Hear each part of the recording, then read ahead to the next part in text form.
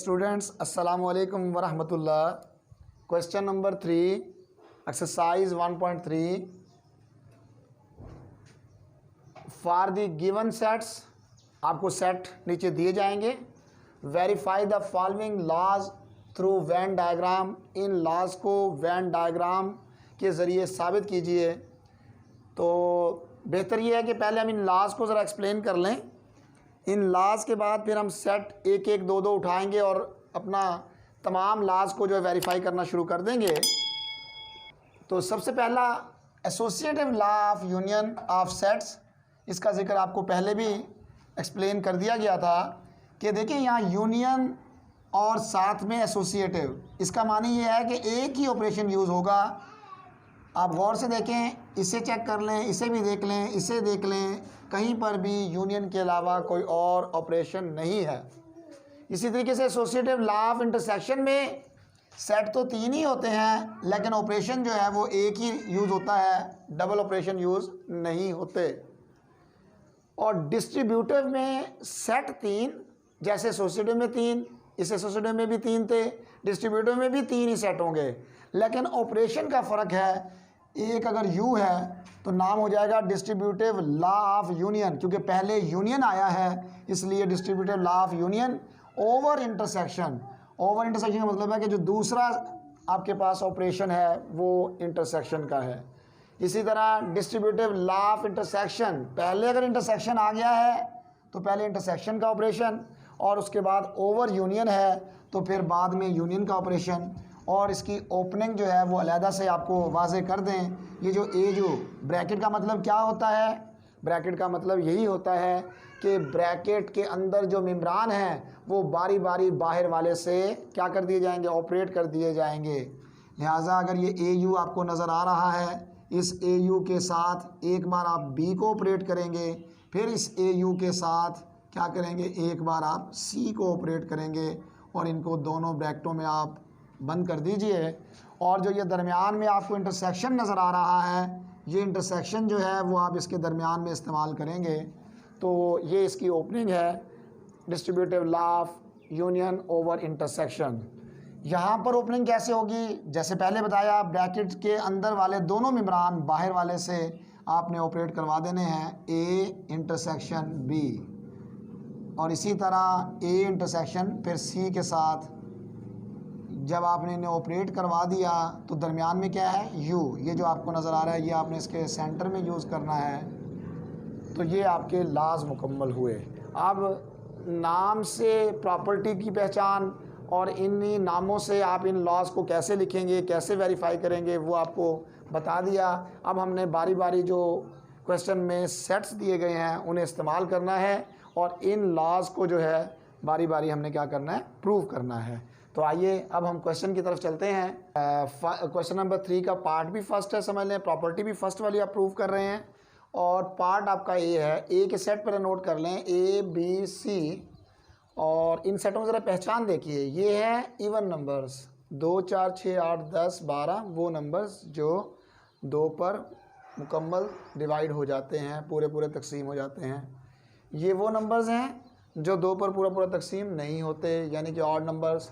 और C को ज़रा गौर से देखें, ये क्या है, ये अब उर्दू में हम कहते हैं 3 के अज़ाफ़, और इंग्लिश में आप कह लीजिए 3 के मल्टीपल्स हैं ये। तो ये तीनों की ज़रा पहचान देखने के बाद अब आप देखिए, ये ऑपरेशन आपने पहले भी बार बार किया हुआ है, लिहाजा से ज़रा जल्दी से थोड़ा सा देख लें। A union B union C, ये A सेट, ये यूनियन, ये ब्रैकेट यहाँ से देखें कमांड मिल रही है, B यूनियन C, ये आपका B, ये यूनियन, और ये C, और ब्रैकेट क्लोज़, क्योंकि यहाँ पे भी क्लोज़ है। बोर्ड मास के मुताबिक पहले हमने ब्रैकेट सॉल्व की। ब्रैकेट सॉल्व की तो 1 3 5 6 7 9 11 12 15, यानी कि जो मेंबर ये वाले हैं ये इसमें अगर हैं पहले से तो वो नहीं लिखे जाएंगे, बाकी सारे तरतीब में लिख दिए जाएंगे। लेकिन एक एलिमेंट अगर 2 बार भी आएगा, इसमें भी है और इसमें भी है, वो 1 बार ही लिखा जाएगा। फिर इसको जब हम इससे यूनियन करेंगे, क्योंकि उसके बाद इसका नंबर आएगा A के साथ पे ये पूरा रिज़ल्ट, जब A के साथ ये पूरा रिज़ल्ट करेंगे तो ये इवन है, और 11 तक ये ऑड थे, फ़र्ज़ करें, ये आप कंबाइन करेंगे तो ये तरतीब बन जाएगी नेचुरल वाली, 1 से लेकर 12 तक तरतीब। और ये जो आखिरी नंबर है 15, ये आपका सेपरेट नज़र आ रहा है आपको, क्योंकि 15 जो है ये पिछले 2 सेटों में मौजूद नहीं है। तो ये लास्ट नंबर आ जाएगा। तो ये इसका आंसर आ गया। इसी तरह यहाँ पे भी वही चीज़ है, लेकिन यहाँ पर पहले ब्रैकेट है, यानी कि पहले ए और बी का रिज़ल्ट आया और ए और बी का रिज़ल्ट जो है फिर वो हमने सी के साथ मैच कर दिया, तो वही रिज़ल्ट जो 1 में है वही 2 में है। अब आते हैं वैन डायग्राम। हालांकि देखा जाए इस रिज़ल्ट से भी वैन डायग्राम आसान लगेगी आपको। कैसे लगेगी ज़रा देखिए। सबसे पहली बात, सी दरमियान में क्यों आया है? सी दरमियान में हमने इसलिए लिया कि ए और बी तो आपस में क्या थे, इनमें कोई मेंबर भी एक जैसा नहीं था। ए आपका सेट ऑफ इवन नंबर है और बी जो है वो सेट ऑफ ऑड नंबर है। इनमें तो कोई नंबर भी एक जैसा नहीं है। अगर इनमें कोई एक जैसा नहीं है तो उनको हमने फासले पे कर दिया कि ये तो डिसजॉइंट है, मुकम्मल सेट। सी जो है, सी के कुछ मेंबर ए से मिलते हैं और कुछ मेंबर बी से मिलते हैं, इसलिए हमने दरमियान में सी का क्या कर दिया, दरमियान में रख के इसको कट लगाया कि कुछ मेंबर यहाँ पे मैचिंग कर दिए और कुछ वहाँ पर। चेक कर लीजिए, चेक करते हैं अभी। अब ए को देखते हैं पहले, तो ए का सी के साथ जी, ये ए का ज़रा चेक करें। ये नंबर 6 जो है आपका और नंबर 12, सी में देखें ये 6 और ये आपका 12, ये अब क्या हो गया, ए में भी है और ये सी में भी है। तो हमने क्या किया, ए और सी के ओवरलैपिंग मुश्तरका एरिया में 6 और 12 लिख दिया। अब आते हैं बी और सी में। इस बी और सी में देखें ज़रा, बी के अंदर आपको नज़र आ रहा होगा ये 3, ये यहाँ पे भी है 3, और इसके बाद आपको ये 9 नज़र आ रहा है, तो ये 9 यहाँ पर भी है। तो इसका मतलब है 3 और 9 जो है ये आपका बी में और सी में मुश्तरक है। आप देखें ज़रा, मैंने यहाँ 2 के नीचे डैश यूज़ की है और 2 को मैंने रिंग्स में डाल दिया कि ये जो है 2, 3 और 9 वाले ये आपके बी और सी के कामन हैं। और ये जो नीचे डैशें लगाई हैं, 6 के नीचे डैश है, 12 के नीचे, यहाँ पे भी देख लीजिए सी में 6 के नीचे और 12 के नीचे, ये ए और सी के कामन मेम्बरान हैं। अच्छा जी, ये करने के बाद कामन आपने लिख दिए। कामन लिखने के बाद अब आपने क्या करना है, अब जो डिसजॉइंट है वो बाकी लिख दें। मसलन ए पे आते हैं पहले। ए के मेम्बरान ज़रा गिन लीजिए, 2, 4, 6, 8, 10, 12। इसमें से 6 और 12 ये तो चले गए कामन में, तो बाकी जो मेम्बरान है वो आप इसके डिसजॉइंट में डाल दीजिए। यानी कि 2 भी आएगा, 4 भी आएगा, 6 इसमें चला गया, लिहाजा वो नहीं आप लिख सकते।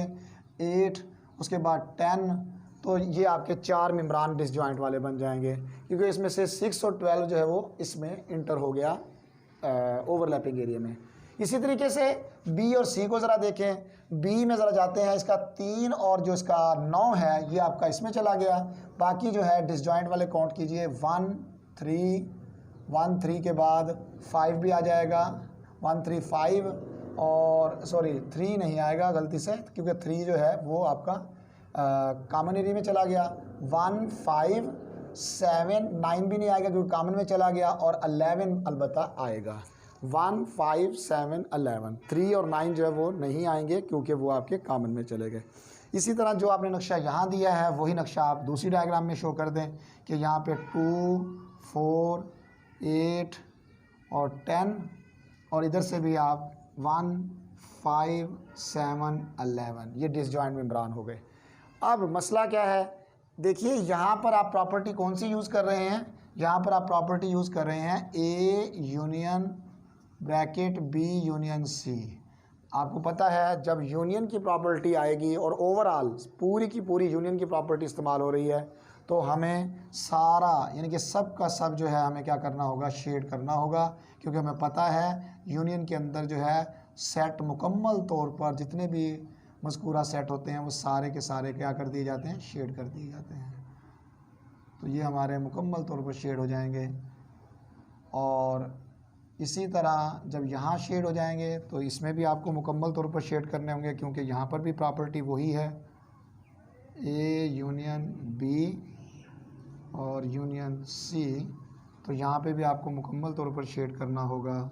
इसके शेडिंग के बाद सिर्फ लास्ट में आपने क्या करना होगा, लास्ट में ये करना होगा कि ये जो आपने 1 का रिज़ल्ट दिया ये आपके सामने है, ये भी 1 का हिस्सा है। और इसमें अगर आप मज़ीद वाज़े करना चाहें ये हल्की सी एरो बना दें। इस एरो का मतलब ये कतन ना लीजिए सी है, ए है या बी है, शेडेड तीनों हैं, तो तीनों इसमें शामिल है। इसी तरह यहाँ पे भी आप एरो दिखा दें। एरो का मतलब ये कतई ना लीजिएगा कि इसमें ए की तरफ इशारा है, बल्कि शेडेड की तरफ इशारा है। इनके मुकम्मल शेडेड एरिया इसके रिज़ल्ट में आएगा। और लास्ट में आपको अच्छी तरह पता है कि हमने सिर्फ एक ये रेफरेंस यूज़ करना होता है from equations 1 and 2 A union B union C is equal to A union B पहले ब्रैकेट में को क्लोज कर दें और यूनियन C। इस तरह से आपकी एक पहली प्रॉपर्टी प्रूव हो गई। इसका नाम क्या है?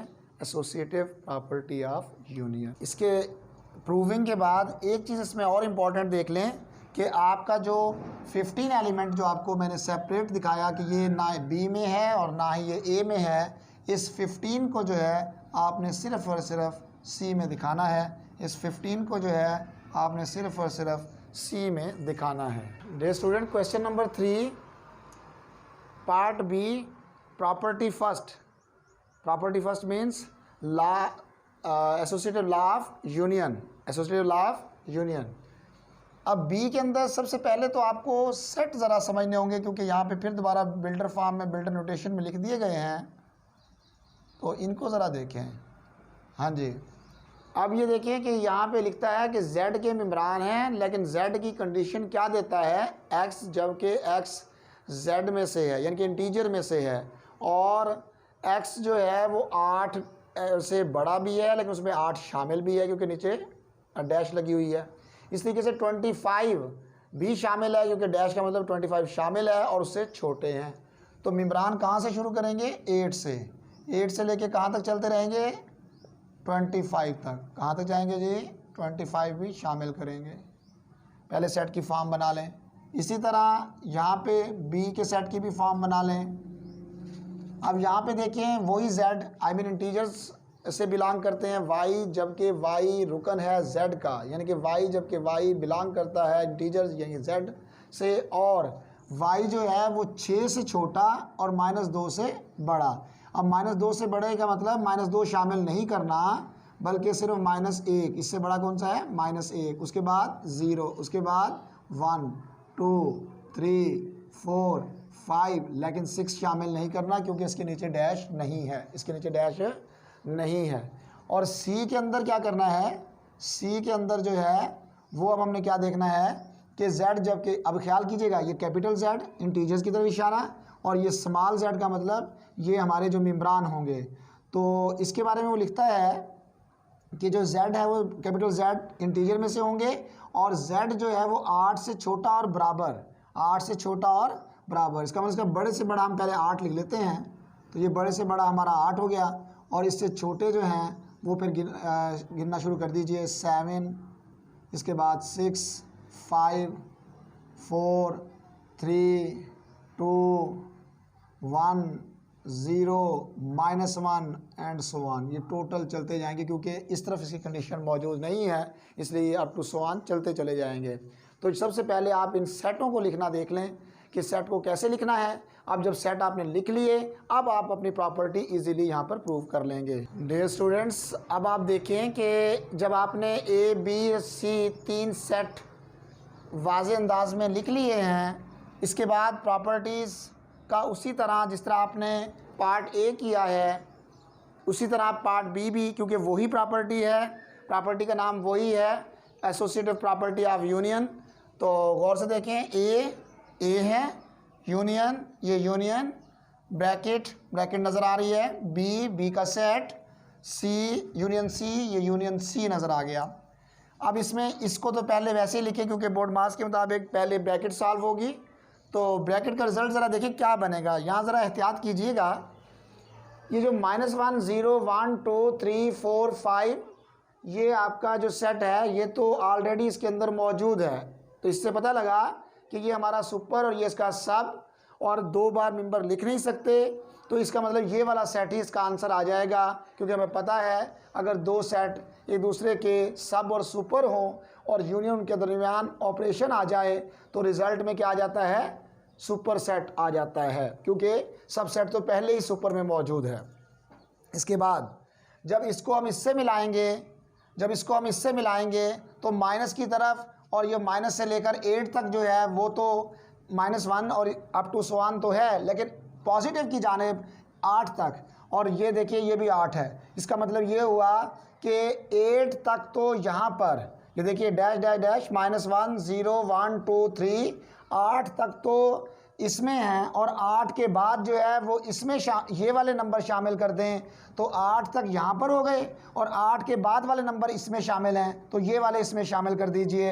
इसका मतलब यहाँ से अगर चलें, यहाँ से लेकर यहाँ तक फ़र्ज़ करें कि यहाँ 8 है, 8 तक तो आपका ये वाला सेट चल ही रहा है, और उसके बाद के जो नंबर हैं 9 10 और अप टू 25 तक वो इस सेट से उसमें शामिल हो जाएंगे, इस सेट से वहाँ तक क्या हो जाएंगे, शामिल हो जाएंगे। तो आपका रिज़ल्ट टोटल हो जाएगा, यानी कि माइनस के नंबर से स्टार्ट हो रहा है पीछे की तरफ से अप टू इन्फिनिटी है ये, तो -1 0 1 2 3 एंड टिल 25 तक। ये आपकी इक्वेशन नंबर 1 होगी। इक्वेशन नंबर 2 में ज़रा एहतियात से देखिएगा, ये आपका ए है, ये यूनियन, ये बी, और ये ब्रैकेट क्लोज, उसके बाद फिर यूनियन, और ये आपका सी सेट है। अब इसमें क्या किया, पहले ए और बी को कंबाइन कर लिया, लेकिन जब आपने ए और बी को कंबाइन किया है तो एहतियात कीजिएगा, -1 0 1 2 3 4 5 ये आपके पास बी में मौजूद है, लेकिन यहाँ पर गौर से देखें, मैंने 5 के बाद 6 7 नहीं लिखा, 5 के बाद 6 7 नहीं लिखा, क्योंकि 6 7 जो है वो ना तो आपके पास ए में मौजूद है, और 6 7 जो है वो ना ही आपका बी में भी मौजूद नहीं है। तो जब वो दोनों में नहीं है तो इसलिए हमने उसको, मैंने हाईलाइट कर दिया कि ये इसमें शामिल नहीं करना। 5 के बाद डायरेक्ट 8 है, 6 7 नहीं है, उसके बाद अप टू 25 तक है। और जहाँ तक यू की बात है, ये अगला हिस्सा -1 0 1 2 और अप टू 8 तक, और यहाँ पे इन्फिनिटी तक है। यहाँ पे वाज़ेह रहे कि आखिरी मेंबर 8 मौजूद है, यहाँ पे आखिरी मेंबर नहीं है, इन्फिनिटी। अब इस इन्फिनिटी को यहाँ पे देखिए, ये इन्फिनिटी से चलते हुए -1 0 1 2 अप टू 8 तक ये सारा, अब इसके अंदर -1 0 1 2 3 4 5 ये तो पहले ही शामिल हो गया, लेकिन अब ये जो 6 7 आपको नज़र आ रहा है, ये 6 7 कहाँ से आया है, ये 6 7 जो है इसमें नहीं है, वाज़ेह रखें, ये इसमें मौजूद है। ये कहाँ मौजूद है, सी में मौजूद है, इसके ए और बी में के यूनियन में नहीं है। ये यहाँ से हमने जो है यहाँ पर शिफ्ट किया है, यानी कि इस हिस्से से जो है ये हमारा 6 7 शामिल हुआ है। इस तरह से ये आपकी इक्वेशन नंबर 2 और आपका ला तो इस तरह से मुकम्मल हुआ। लेकिन अब इसे ज़रा वैन डायग्राम की फॉर्म में देखें। वैन डायग्राम में पहले ही यहाँ पर वजाहत हुई कि हमारा जो सेट बी है, वो सेट बी जो है वो सी का क्या है, सब है। दोबारा देख लें, ये सी आपको बड़ा रिंग नज़र आ रहा है और इसके अंदर आपको बी नज़र आ रहा है। इसका मतलब है B is a subset of C. यहाँ पे भी देख लीजिए, बी जो है वो सी का सबसेट है। ये बात वाज़ेह हो गई। अच्छा जी, वाज़ेह होने के बाद ज़रा एहतियात से एक चीज़ और देखें। बी में -1 0 1 2 3 4 5 ये मैंने यहाँ मेंशन नहीं किए, क्योंकि मैंने कहा ये बी में आ गए हैं तो लिहाजा सी में बेशक ना दिखाएं। लेकिन इसके ऊपर -2 -3 -4 and up to infinity minus के नंबर तक चले जाएं, और 6 7 ये देखें, ये वो वाज़ेह नंबर 6 7 नज़र आ रहे हैं जो बी जो सी में तो हैं लेकिन वो बी और बी में नहीं है। सी में तो है लेकिन बी में नहीं है। तो इसका मतलब ये वाले एलिमेंट 6 7 और ये वाले डिसजॉइंट हो गए, ये वाले इसके क्या हो गए, सबसेट के लिहाज से कॉमन भी और सबसेट में भी मौजूद हैं। और ये जो 8 नंबर है इसको ज़रा गौर से देखें। ये जो 8 है आपका, क्योंकि यहाँ पर देखें आपने 7 तक लिखा, 6 7 यानी कि सी जो है 6 7, 8 जो है सी में है, मैं मानता हूँ, सी के साथ साथ वो ए में भी है, ठीक है। तो इसका मतलब है ये जो 6 7 ये डिसजॉइंट है। 6 7 क्या है जी, डिसजॉइंट है। डिसजॉइंट का मतलब क्या हुआ कि ये सी में हैं लेकिन ये ए में भी नहीं है और बी में भी नहीं है। इसलिए आप देखिए इसकी जगह कहाँ बनी हुई है, 6 7, ना ये बी में शामिल है और ना ये ए में शामिल है।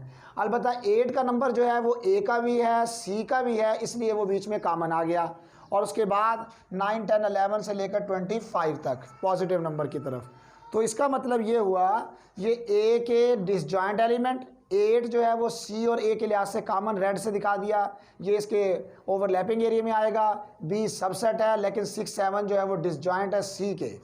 तो ये आपकी डायग्राम मुकम्मल हुई। जब डायग्राम मुकम्मल कर ली आपने तो अब रह गया शेड का मसला।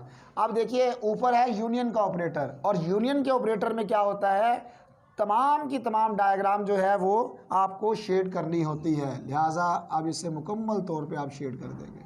क्या कर देंगे? मुकम्मल तौर पे शेड कर देंगे।